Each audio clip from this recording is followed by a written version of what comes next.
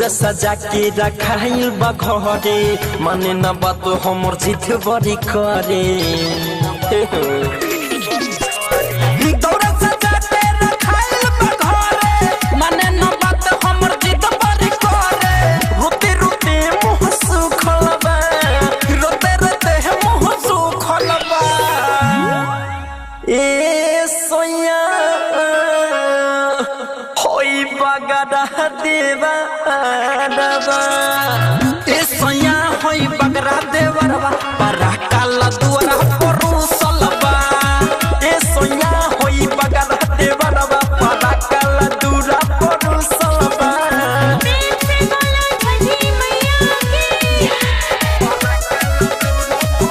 recording by Sunita studio घोड़ा सहन बाजार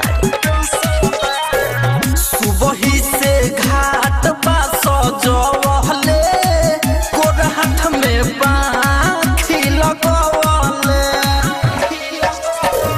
कब से बाया सहारा लगइले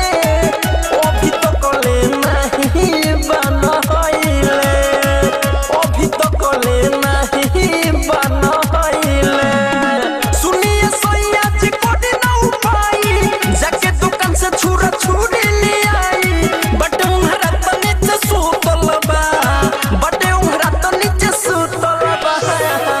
ए सोया होई बगना देवा रबा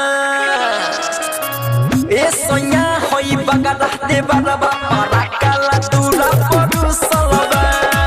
ए सोया होई बगना देवा रबा परा काला दूरा परुसलबा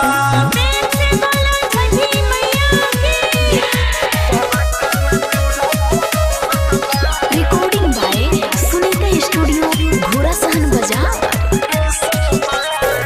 भइल जाता यार के बेर सोया जी कोडी नहीं दे बतिया के हमारा न ढीली घाट पर जगह न मिली घाट पर जगह न मिली राइटर गांधी बोलबुआ सूरज के